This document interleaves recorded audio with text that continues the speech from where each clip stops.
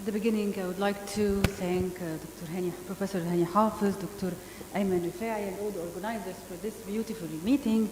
And today I will be talking about the pain management in chronic kidney disease. And at the beginning, we need to know that the pain is really prevalent in our patients, in the patients with chronic kidney disease, and it accounts for more than 60 to 70% of patients have complaint of pain. Although the underlying etiologies of pain may vary, the pain per se has been linked to lower the quality of life and depression. There are several reasons for the pain among the patients with chronic kidney disease. They have the reasons of the pain like any other person or like all the general population, and there are some etiologies that are strictly related to the CKD, like the polycystic kidney disease patients, peripheral vascular disease, neuropathies, muscle cramps, osteodystrophies, and all other reasons. When we start to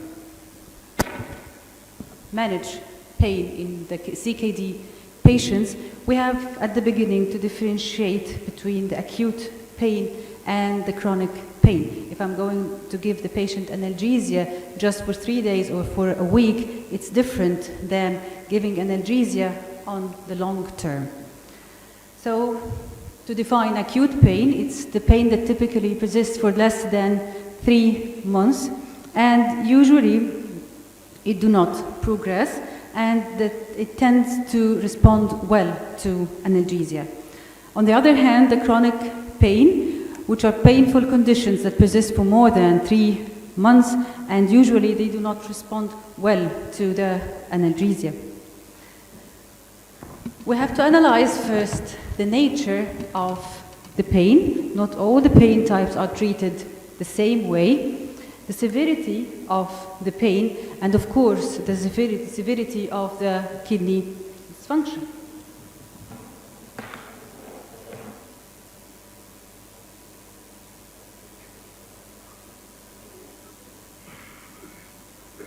So, how to assess and who to assess? We should assess patients, our CKD patients, we should assess them routinely, not when they just complain. So usually, or we have to assess them on routine basis every 3 months and check if they have any complaint of pain, as is usually prevalent. There are several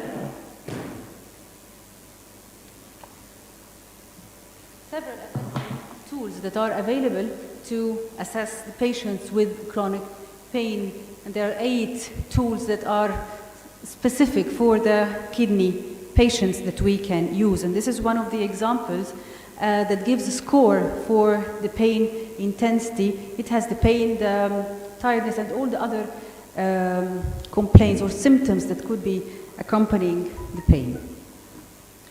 We should know the type of the pain. We have the nociceptive pain and the neuropathic pain, and mixed type between the both types.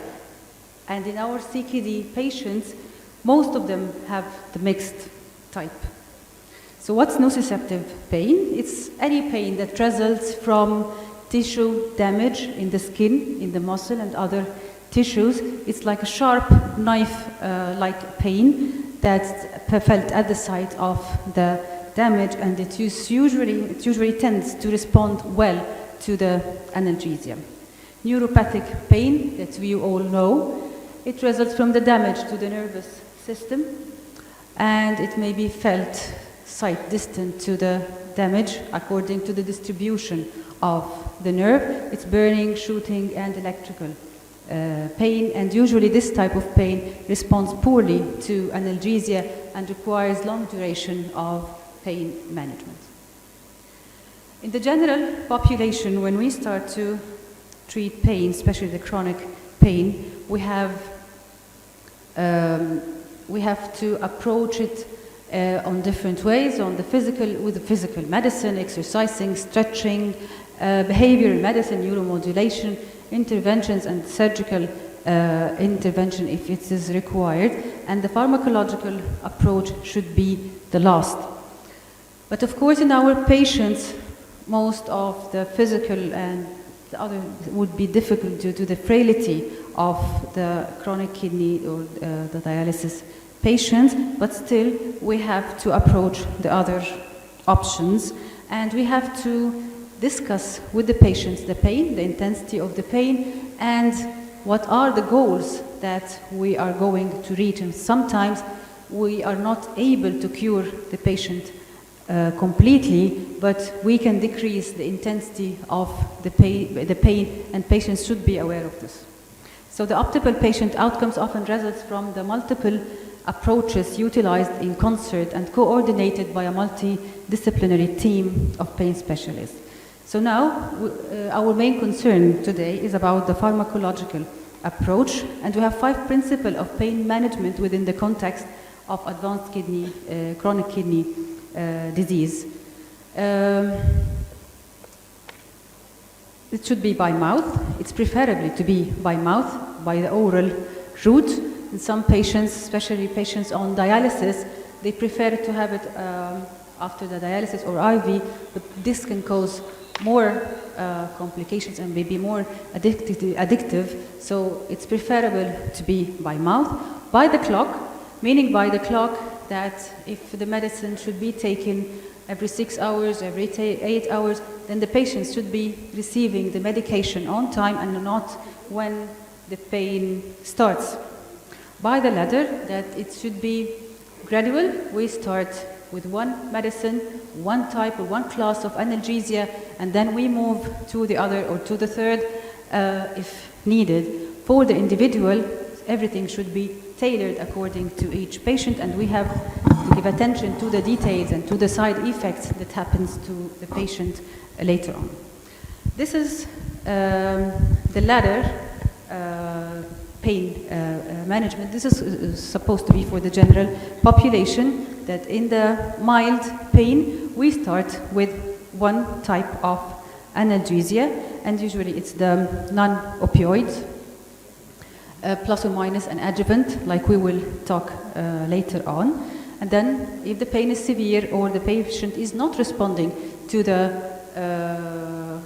first class, then we add another class of analgesia, and then we add another third according to the intensity of the pain and to the response of the patient to this pain. So let's first see what are the options that we have, what are the type of medications that are available that we are using. We have the non-opioid analgesia, like the acetaminophen, the paracetamols, and non-steroidals. We have the opioids, like codeine, hydromorphone, oxycodone, hydrocodone, meperidine, and fentanyl. And we have weak opioids and strong opioids, and it's usually preferable to use a strong opioids rather than using a weak one, because if we use a weak one and we do not get response and we are giving more doses and we are having more side effects. So usually we need to use the strong opioids. The adjuvants, like the anti-epileptic medications or the tricyclic antidepressants. What type of drug do we choose? We choose according to the metabolism and the availability of the medicine in our market, according to the clinical comfort and experience of the medical team with the medications and with its side effects, with the patient's preference, if it's oral or transdermal or whatever, and the side effects that's occurring to the patients. So let's start with the acetaminophen, which is the first-line analgesia, especially in the nociceptive pain types. And it's extensively metabolized in the liver, and the cumulative doses are not likely to have effect on the CKD progression, so it's considered to be relatively safe to give to a full dose to patients with advanced chronic kidney disease. In the opioids, for the patients who do not respond to acetaminophen alone, a strong opioid is added, and the preferred opioids are the hydromorphone, fentanyl, methadone, and buprenorphine. The hydromorphone, which is better tolerated than the hydromorphine, which we avoid using in the chronic kidney disease patients, and it should be used with caution among all kidney disease patients and with close observation to the side effects. The hydromorphone has a high potential of respiratory depression, and it is removed with dialysis, so it's not advisable to use it in patients who are anuric, or the patients who are anuric and not on dialysis. The methadone, which is particularly useful in the patients with chronic kidney disease, it's excreted mainly in the feces, and in the anuric patients it's exclusively excreted in the feces, and the drug and its metabolites do not seem to be removed by hemodialysis, so there are no extra doses required, yet a careful monitoring of QT prolongation should be put in consideration. And it may be more effective for the treatment of the neuropathic pain than the other opioids. The fentanyl, which is rapidly metabolized in the liver, its metabolites are considered to be inactive, and there does not appear to be of any clinical significant accumulation of the fentanyl when administered to our patients. And the alfentanyl has a similar profile like the fentanyl. Buprenorphine, which is an effective long-acting opioid. It can be administered sublingually or by a transdermal patch. It's particularly useful for the patient with severely reduced GFR, and it's completely metabolized by the liver. What are the opioids that we should avoid? We should avoid morphine, which can cause a life-threatening or fatal respiratory depression in patients with a GFR less or below 30. Codeine, which is metabolized in the liver, and its active metabolite is morphine.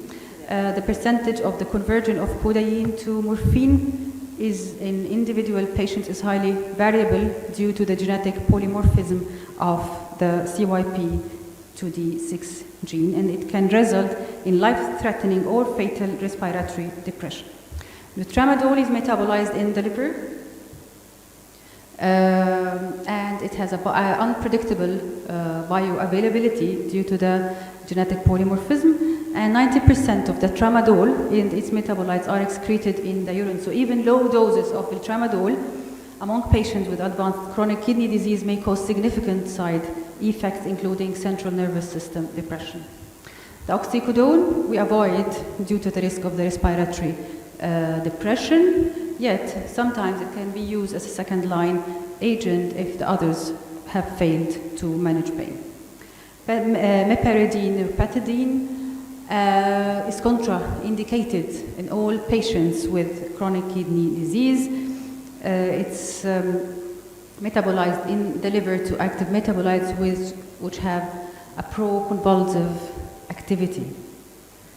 The other adjuvants that we use are the gabapentin and the pregabalin, where both of them have almost the same profile, and they are specifically beneficial for the patients with neuropathic pain. They are cleared by the kidney, and their elimination is markedly reduced by the reduced GFR, so dose has to be adjusted in CKD patients. And among patients with severely reduced GFR, gabapentin and pregabalin may have a beneficial effect on the pruritus, restless leg syndrome, and poor sleep. Tricyclic antidepressants, although tricyclic antidepressants are considered the first line for the pharmacological treatment of neuropathic pain in the general population, they are the second line in the chronic kidney disease patients due to their side effects, anticholinergic, histaminergic, and adrenergic side effects. The tricyclic antidepressants, the amitriptyline has been the most widely studied, but there are others. And the carbamazepine is a tricyclic compound related to the TCAs, and it's commonly treated for seizures, and it has maybe as effective as the gabapentin in treating the neuropathic pains. So this is according to the WHO, the ladder, and we have recommended analgesia, the acetaminophen, the hydromorphone, the fentanyl, the methadone, and buprenorphine, the gabapentin, and the pregabalin are recommended to use. The oxycodone, the carbamazepines, and the tricyclic antidepressants we can use, but still with caution. And we should avoid using the non-steroidals, tramadol, morphine, meperidine, and the propoxyphene. The medical cannabis for chronic pain, can it make a difference in pain management? And there are many reports on our trials showing the therapeutic effects of cannabis, and there are reports using a combination of cannabinoid therapies for the chronic of pain management, and actually reports have showed that they're less addictive than nicotine and alcohol. So maybe we can use them one day. Now we'll give just some examples for managing the pain in practice. So if we have a patient with acute pain, we're using the same ladder management that we have, plus the nerve blockers and the epidural anesthesia. So if we're managing a post-operative patients with chronic kidney disease, in patients with chronic kidney disease stage 1, their treatment should not differ than the general population. In the mild pain, we use acetaminophen and non-steroidals, plus or minus the tramadol. Moderate to severe, we can add opioids to them, and the perioperative gabapentin and pregabalin should be used as adjuvant in selected cases like trauma or neuropathic pain.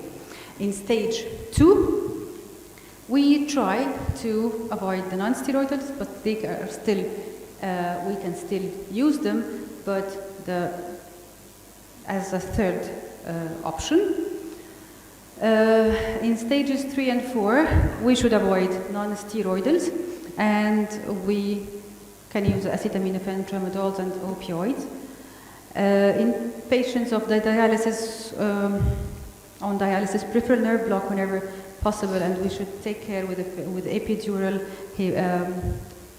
especially for the hematomas in the patients of dialysis, acetaminophen and tramadol, and all the other treatments. And of course, we are all aware of the non-steroidal complications that could affect the patients with chronic kidney disease or end stage.